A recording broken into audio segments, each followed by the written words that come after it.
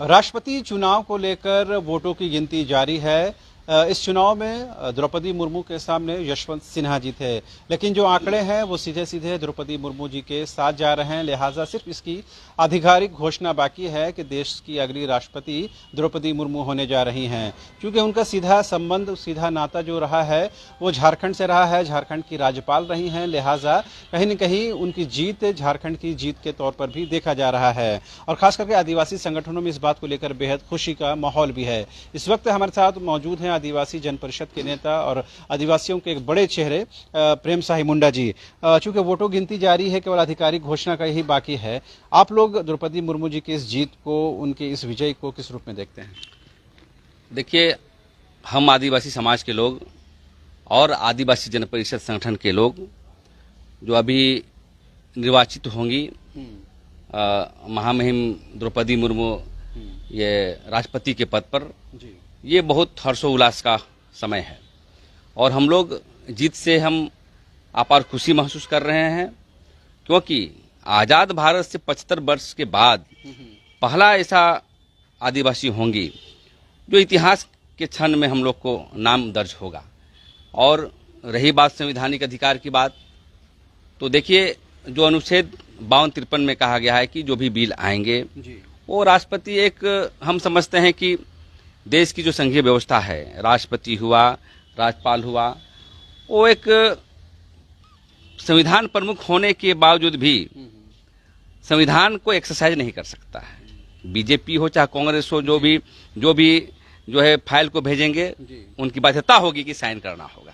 लेकिन हम लोग इसलिए खुश हैं कि एक संवैधानिक प्रमुख में आदिवासी का होना बहुत बड़ी बात है, क्योंकि प्रथम जो राष्ट्रपति थे डॉक्टर राजेंद्र प्रसाद से लेकर के कोविंद जी जो हैं, उसके बाद हमारा आदिवासी बन रही है। ये बहुत हर्षोल्लास की बात है और हम निवेदन करना चाहेंगे कि संवैधानिक प्रमुख जो नवनिर्वाचित होंगी जो हमारे राष्ट्रपति महोदया को, कि जो भी बिल आए आदिवासी जन विरोधी हो तो उसके लिए इंक्वायरी करें और जहां आदिवासी समर्थक हैं उसको साइन करें, क्योंकि आदिवासी के बहुत मुद्दे अभी अधड़ पर है। आप देखते होंगे पूरे देश के लेवल पर आदिवासियों का धर्म कोड के मामले को लेकर के अभी भी जो भी प्रस्ताव जाएगा पूरे देश के लेवल पर, तो उस पर चिंतन करेगी और उसके बाद वहां पर जब पटल में जाएगा तो साइन जल्दी हो जाएगा हम लोग का। 5वीं अनुसूची को लेकर के बहुत सारा राज्यों में, जो देश के राज्यों में हम समझते हैं कि उसका वायलेशन हो रहा है और विभिन्न आदिवासी मुद्दे कानून जाएंगे, तो हमें उम्मीद है कि आदिवासी जो राष्ट्रपति बनेंगी हमारी आदरणीय द्रौपदी मुर्मू, वो साइन करेंगी। तो यही चीज़ हम जाना, आपने कहा कि एक संवैधानिक बाध्यता है कि उनको जो फाइल मिलेगी उस पर उनको अपना हस्ताक्षर, अपनी सहमति देना जरूरी हो जाएगा, अनिवार्य हो जाएगा। लेकिन आप कह रहे हैं कि जो आदिवासी हितों की बात हो उस पर वो क्वेरी करें, उस पर वो कहीं न कहीं सहमति प्रदान करें। क्या ये प्रैक्टिकल होगा? क्योंकि हम लोगों ने, जब वो राज्यपाल थी झारखंड में, उस वक्त हम लोगों ने देखा था कई आदिवासी मुद्दे को और कई ऐसे मुद्दे थे जिनकी फाइल उन्होंने क्वेरी के तहत वापस भी किया था, क्वेरी और उन्होंने क्लैरिफिकेशन भी लिया था। क्या केंद्र में रहते हुए, राष्ट्रपति के पद पर रहते हुए ये सब करना उनके लिए आसान हो पाएगा? बिल्कुल आसान हो पाएगी। बहुत सारे राष्ट्रपति थे हमारे पूर्व में जो बहुत संविधान को देखना भी चाहते थे और क्वारी भी करते थे, डिस्कस भी करते थे कि पूरे देश में हित में है कि नहीं। तो हम यही उम्मीद करेंगे जो भी बिल जाएगा, यदि आदिवासी जन विरोधी बिल होगा तो उस पर भी बैठक करके, क्वारी करके, चर्चा करके ही उस पर साइन करने से न्याय उचित होगा। लेकिन मैं एक बार फिर कहना चाहता हूँ, इस संघीय व्यवस्था में जो राज्यपाल और राष्ट्रपति का जो पावर है, पावरहीन है। आप एक बार भेजेंगे, कोई मान लीजिए प्रस्ताव पास हो गया विधानसभा लोकसभा में, एक बार भेज देते हैं, फिर वापस कर देती है, दूसरा बार भेज देता है, तो उसको बाध्यता होगी कि साइन करना है। मैं यही उम्मीद करना चाहता हूं सभी पार्टियों से कि पहली बार आपने राष्ट्रपति बनाया है तो अगला जो है प्रधानमंत्री के भी पद पर नियुक्त करने का आदिवासी काम करें, तभी आदिवासी मुख्य धारा पर जोड़ेगा और आदिवासी जो है सर्वांगीण विकास के लिए देश के हित में काम करेगा। यशवंत सिन्हा जी इसी बात को लेकर चिंता व्यक्त कर रहे हैं। जब उन्होंने प्रचार प्रसार शुरू किया था अपने पद को लेकर के, उन्होंने कहा था कि एक ऐसे व्यक्ति को वहां बैठाने की जरूरत है जो असल में उस पावर को एक्सरसाइज कर सके। उनका आशय यह था कि द्रौपदी मुर्मू जी हो सकता है कि उस पावर को एक्सरसाइज नहीं कर पाए, अगर वो जाएंगे, चूंकि वो पहले ब्यूरोक्रेट रहे हैं, केंद्रीय मंत्री रहे हैं, तो वो बेहतर तरीके से काम को समझ सकते हैं। क्या लगता है उनकी बातों में कुछ दम था? देखिए, जो हमारे यशवंत सिन्हा जी हैं वो आईएएस रह चुके हैं और आयुष रहने के साथ साथ सभी जो कार्यपालिका, विधायिका, न्यायपालिका सामान्य ज्ञान है, अध्ययन किए हैं, लेकिन ऐसा नहीं है। अभी भी हमारे आदिवासी समाज में पढ़े लिखे लोग हैं, वैसे लोग को भी टिकट देनी चाहिए। लेकिन रही बात जो हम करेंगे वो नहीं कर सकेंगी, इस बात के संदर्भ में यदि ये यशवंत सिन्हा भी राष्ट्रपति बनते तो भी उनकी बाध्यता होती कि जो भी फाइल आएगा उसको साइन करना होता, चाहे वो आईएएस हो, चाहे आईपीएस हो, चाहे कितने भी संविधान की ज्ञाता हो।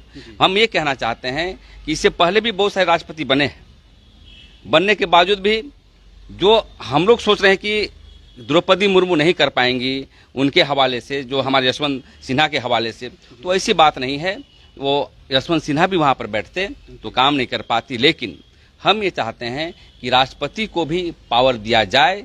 यदि हमारे प्रधानमंत्री और मुख्यमंत्री यदि गलत कर रहे हैं तो संवैधानिक प्रमुख में एक अमेंडमेंट लाया जाए कि राष्ट्रपति का भी कुछ पावर किया जाए कि नहीं, ये कानून को आपको लागू नहीं करना है, ये जनता के हित में नहीं है। ये हम चाहते हैं कि देश की जो संविधान में थोड़ा सा अमेंडमेंट हमको चाहिए। संवैधानिक प्रमुख होने के बावजूद भी पावर का एक्सरसाइज नहीं करता है, ये तो दुर्भाग्यपूर्ण है।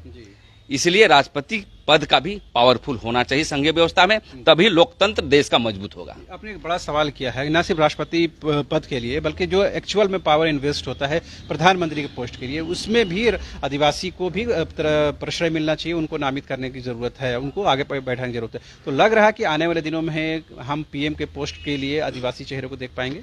बिल्कुल बिल्कुल, हमारा आदिवासी जन परिषद हम चाहते हैं कि कोई भी पार्टी में हो आदिवासी आगे रहे, और हम आदिवासी जन परिषद की ओर से हम डिमांड करना चाहते हैं, और हम लोग का अभियान भी चलेगा कि अगला जो है प्रधानमंत्री आदिवासी होना चाहिए, चाहे कोई भी पार्टी हो। इस और हम लोग अभियान चलाएंगे और आंदोलन तेज करेंगे, क्योंकि ये देश आदिवासियों का था।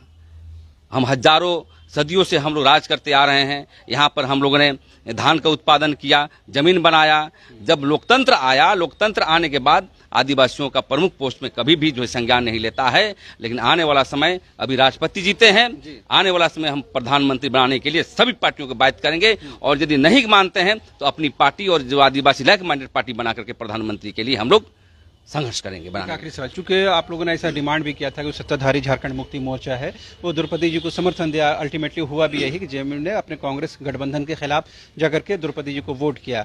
तो अब लग रहा है कि 2024 के चुनाव से पहले झारखंड की राजनीति इस पॉइंट ऑफ व्यू से आगे बदल सकती है।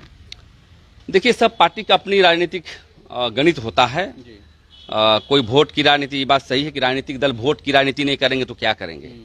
अब कांग्रेस कभी आदिवासी राष्ट्रपति प्रधानमंत्री नहीं बनेगा ये सोचती है, बीजेपी सोच रही है, तो वोट किस पर जाएगा ये तो जनता तय करेगा, मैं तो नहीं तय करूंगा। लेकिन मैं ये कहना चाहता हूं कि देश के लोगों को हम जागरूकता कर रहे हैं, और कल सभी पार्टियों का बाध्य होना पड़ेगा कि आदिवासी को ही प्रधानमंत्री राष्ट्रपति बनाओ, नहीं तो आदिवासी बिखर जाएंगे, ये हो जाएंगे। तो बीजेपी को कल वोट मिलेगी कि नहीं मिलेगी इस संदर्भ में मैं नहीं कह सकता हूं, लेकिन जो काम अच्छा करेगा, आदिवासी हित की काम करेगा, उसको वोट मिलेगा। नहीं, ये हम जो अगर ये जेएमएम ने ये डिसीजन लिया है कि वो गठबंधन के खिलाफ जाकर के वोट किया और द्रौपदी मुर्मू को उन्होंने अपना मतदान किया है, तो ये क्या 2024 के चुनाव में इसका कुछ असर जेएमएम के फेवर में जा सकता है, आदिवासी उनके तरफ इंटैक्ट रह सकते हैं? देखिए, ऐसा एक्सरसाइज सभी पार्टियों में देखा जाता है, भारतीय जनता पार्टी हो, चाहे झारखंड मुक्ति मोर्चा हो, चाहे वो कांग्रेस आए हो। कांग्रेस आए ने भी आदिवासी हितों में काम किया है, ऐसी बात नहीं है। कांग्रेस आए ने तो नीति बनाया है, पेशा कानून बनाया है, ट्राइबल सब प्लान बनाया है, भूमि अधिग्रहण बिल बनाया है। तो जो पार्टी काम करेगी, नीति बनाएगी, उसको समर्थन करेगा। मान ली झारखंड मुक्ति मोर्चा आपका राज्यपाल महोदय को समर्थन किया, लेकिन उनकी नीति जो है स्थानीय नीति, धर्म कोड का अभियान, ट्राइबल सब प्लान, झारखंड के जमीन बचाने के लिए, अभी सब को बचाने के लिए नीति नहीं बनाएंगे तो वोट संभव नहीं है। खाली किसी को टिकट देने से वोट मिल जाता तो सभी जीत जाते इस देश में।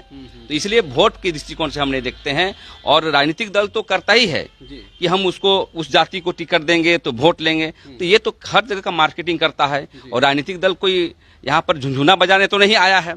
जाति देखिए कितना भी कर लें हम लोग, देश का लोकतंत्र में घोर जातीय राजनीति हो रही है, पहले से भी हुई है और आने वाला समय भी होगा। धर्म भी नहीं छोड़ा है, धर्म की राजनीति होती है। इसलिए कोई किसी पद को देने से वोट बढ़ जाएगा नहीं बढ़ जाएगा ये बहुत बड़ी बात नहीं है। लेकिन हम संगठन के लोग आने वाला समय में प्रधानमंत्री बनाने का अभियान चलाएंगे, क्योंकि राष्ट्रपति हम लोग जीत गए। और हम एक बार फिर अपील करना चाहते हैं, चाहे जो भी पार्टी हो, आदिवासी को आगे बढ़ाएं और आदिवासी को मुख्य पद पर बैठाएं।